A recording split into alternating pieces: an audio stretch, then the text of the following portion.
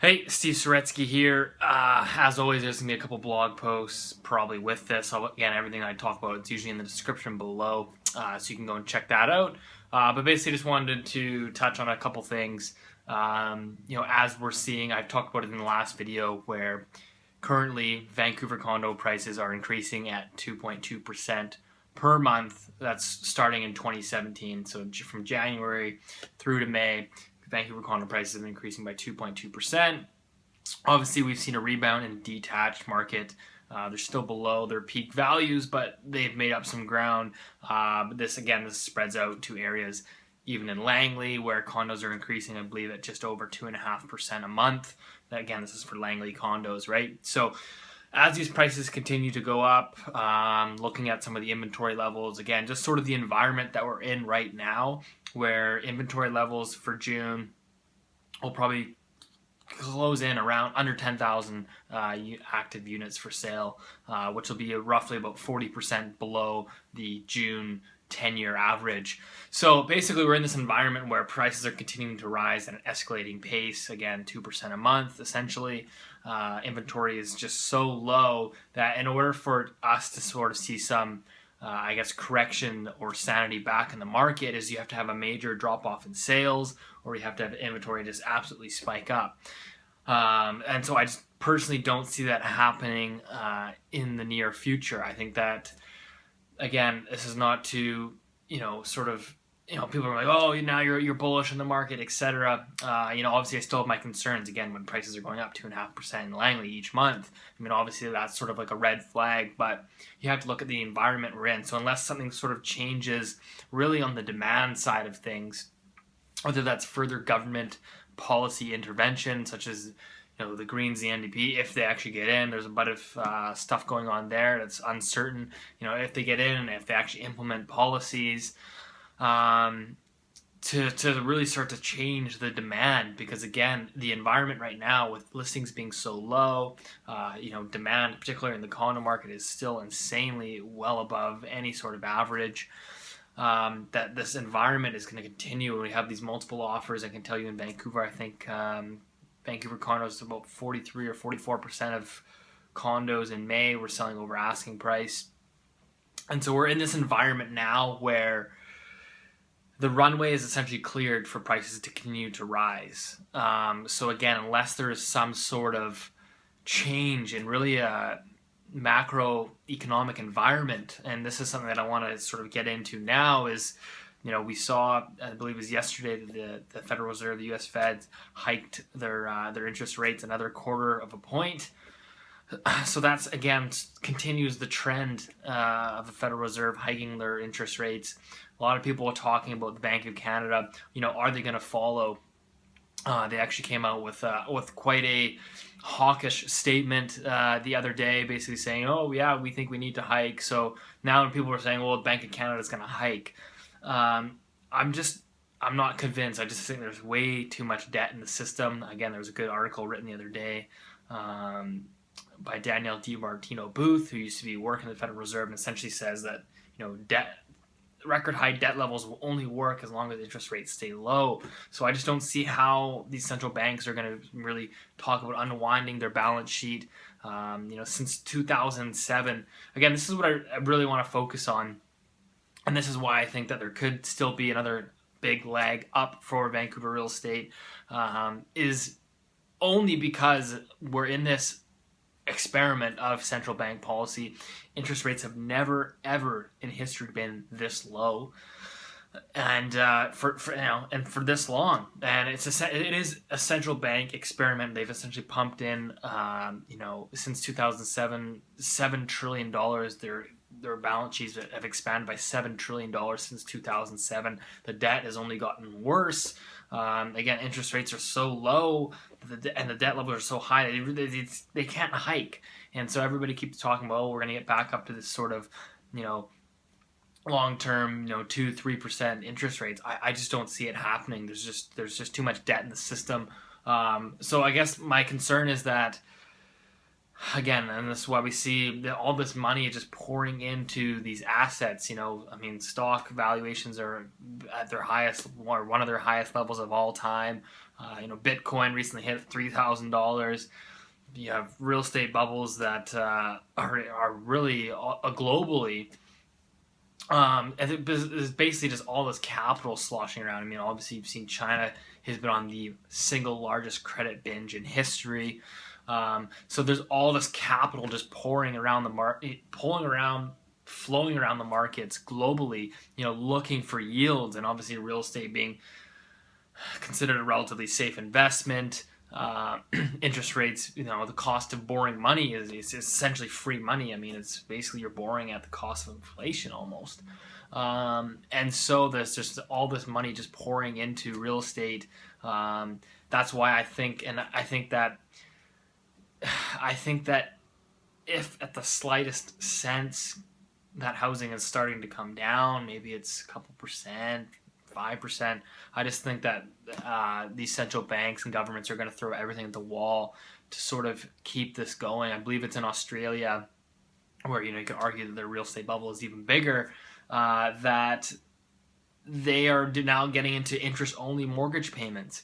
And so I just think that there's a possibility where, again, governments and central banks are just going to get reckless, and they're going to do every single thing they can to keep this going and keep it propped up. Again, it is almost essentially like a Ponzi scheme, right? Just keep sort of building up the debt, keep everything funneled into housing. Of course, we've seen now as this goes on, again, it's very, fundamental to learn and understand, how the system is being played so you can sort of navigate it.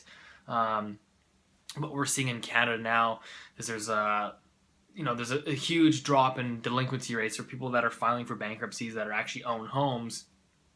Those are way down because essentially what people are doing, and we've seen home equity lines of credits are now at 41% since 2011. But as your home equity keeps rising, right? So at least assets keep rising thanks, again, in part to the credit environment that these central banks have created, that as housing continues to rise, people basically just keep taking more and more equity out of their homes to sort of finance their lifestyles. Another home equity line of credit, refinance the home, take out a second mortgage, third mortgage, and so it just keeps on going. And this works, again, as long as home prices continue to rise.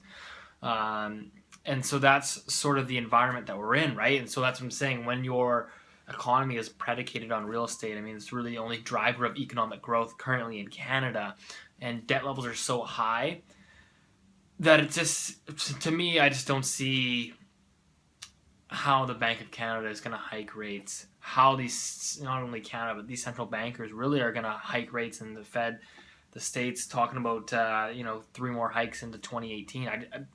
I just don't think they're going to get there.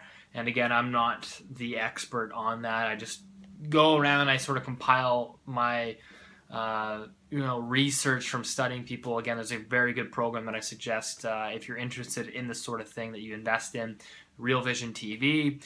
I think it's, now it's gone up to $600 a year, but these guys, it's essentially an unbiased financial news video site where they interview basically the top hedge fund managers in the world, macroeconomists that are actually working with central banks and governments and trying to advise. It's unfiltered, so you can really get a good unbiased information. And this is essentially the stuff that they talk about, right? I mean, this narrative in the media and people that high interest rates are coming back again, that we're going to get to this 3% level, but there's just simply too much debt in the system that it will all basically come unglued if they try to get there. They'll essentially cause a recession in the process of tightening. And again, you can sort of make your own conclusions. Can say, oh, that's crap, whatever. Again, this is just sort of from what I study. Again, these central bank balance sheets have again climbed $7 trillion since 2007, and so I just think that as much as I'm concerned sort of about the health of real estate markets, obviously they're far detached from local incomes here.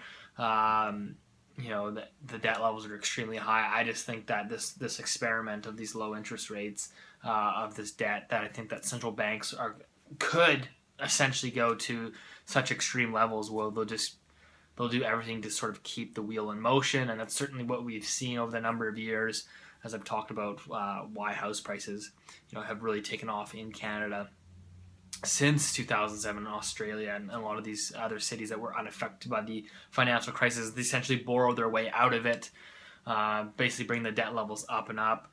And so these countries such as China, that investors are looking for yield. They look at Canada as a relatively safe place. These banks, they were basically unscathed from the financial crisis, so they pile into these mortgage-backed securities, which help ultimately fund new mortgages for Canadians. And so this debt binge, this just keeps going and going and going, right?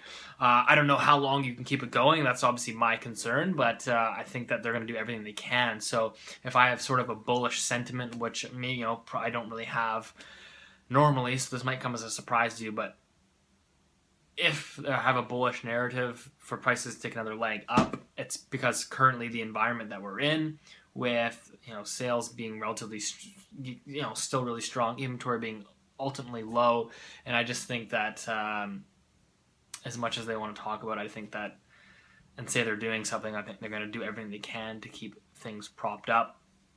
And so that's why I think with all this capital sloshing around the world, again, just entering all sorts of assets, peak valuations again in almost every asset class, that they could just continue to keep this wheel moving. So again, this isn't to encourage anyone to buy or sell. As I say, just take everything with a grain of salt, do your own research. But again, if I do have that bullish narrative, I know that a lot of my viewers are sort of sitting on the fence, waiting to see how this plays out.